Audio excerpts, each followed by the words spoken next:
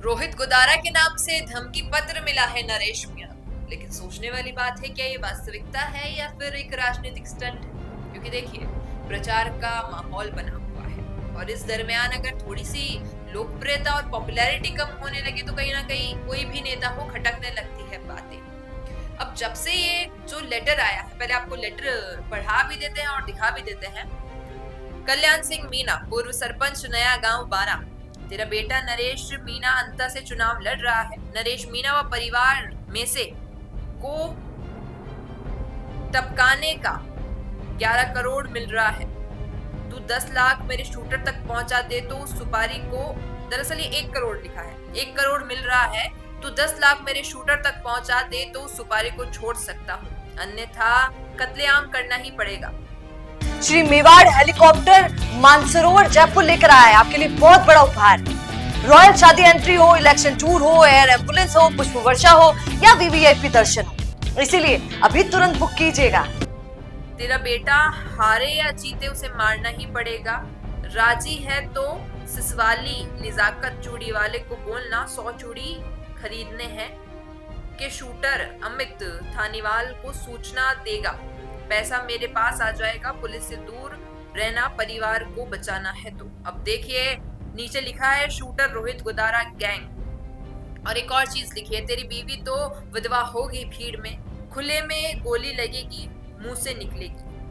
अब कई सारी चीजें इसको देखकर समझ आती है कि आखिर इस प्रकार खुलेआम एक लेटर भी भेज दिया गया और लिखा है कि पुलिस को मत बताना। अब एक नेता को इस तरह धमकी भरा मेल आएगा, पत्र आएगा, तो कहीं ना कहीं पुलिस तक तो मामला जाएगा ही। और अब तो सोशल मीडिया का जमाना है भाई, सोशल मीडिया पर वायरल हो गया। आम आदमी पार्टी राजस्थान के ट्विटर पर भी इसकी तस्वीर साझा की गई और फेसबुक अकाउंट पर भी, सोशल मीडिया पर भी साझा की गई। और इस दरमियान नरेश मीणा ने भी इसे रिपोस्ट किया अपने फेसबुक पर। और कई सारी चीजें हैं, सोचने पर मजबूर करती है कि लॉरेंस बिश्नोई का हाथ रोहित गोदारा पे है और रोहित गोदारा का इन्वॉल्वमेंट यहाँ पर दिखाया गया है क्योंकि उनकी गैंग से ये मैसेज आया है। 1 करोड़ की फिरौती नरेश मीणा को मारने के लिए दी गई है, लेकिन 10 लाख रुपए में सेटलमेंट करने को अगर ये व्यक्ति तैयार है। अब ये सारी बातें तो वो है कि अगर ये वास्तविक मतलब सच्चा पत्र हो तो, लेकिन दूसरी ओर जो कयास लग रहे हैं वो ये है कि क्या पता नरेश मीणा या कोई और जो नरेश मीणा के साथ है वो पॉपुलैरिटी के लिए सब कर रहा है ताकि थोड़ा और अट्रैक्शन उन्हें सोशल मीडिया पर मिलने लगे।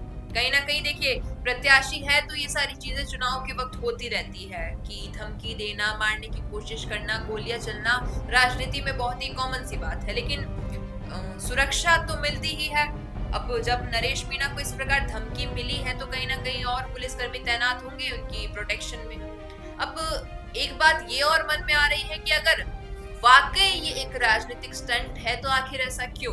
क्योंकि भाई नरेश मीणा की लोकप्रियता तो दिन ब दिन बढ़ती जा रही है, जनता उनके साथ है। क्या फिर नरेश मीणा को ये डर है या नरेश मीणा के समर्थकों को ये डर है कि कहीं ना कहीं जो एक्चुअल वोटर है कांग्रेस बीजेपी के, वो उन्हें ही सपोर्ट करेंगे, नरेश मीणा के साथ नहीं जाएंगे, तो उस डर से वो कि हार की डर से वो ये सब कर रहे हैं। मैं आपसे पूछना चाहूंगी, क्या लगता है आपको कि जो ये पत्र आया है रोहित गोदारा की गैंग से, ये सच्चा है या झूठा? क्या कहना है आपका इस पर, बताइएगा। बिजनेस अच्छा हो सकता है, लेकिन अगर नाम नहीं दिखा तो पहचान कैसे बनेगी? अब टेंशन छोड़िए, द फैक्ट इंडिया आपके बिजनेस को देगा वो पहचान जो पूरे राजस्थान में हर किसी तक पहुंचे। न्यूज चैनल पर विज्ञापन, पॉडकास्ट और प्रमोशन के जरिए आप सीधे 5 लाख सब्सक्राइबर और 10 करोड़ से ज्यादा व्यूज तक अपनी पहुंच बना सकते हैं। तो देर किस बात की, आज ही द फैक्ट इंडिया से जुड़िए और अपने बिजनेस को बनाइए हर घर का नाम।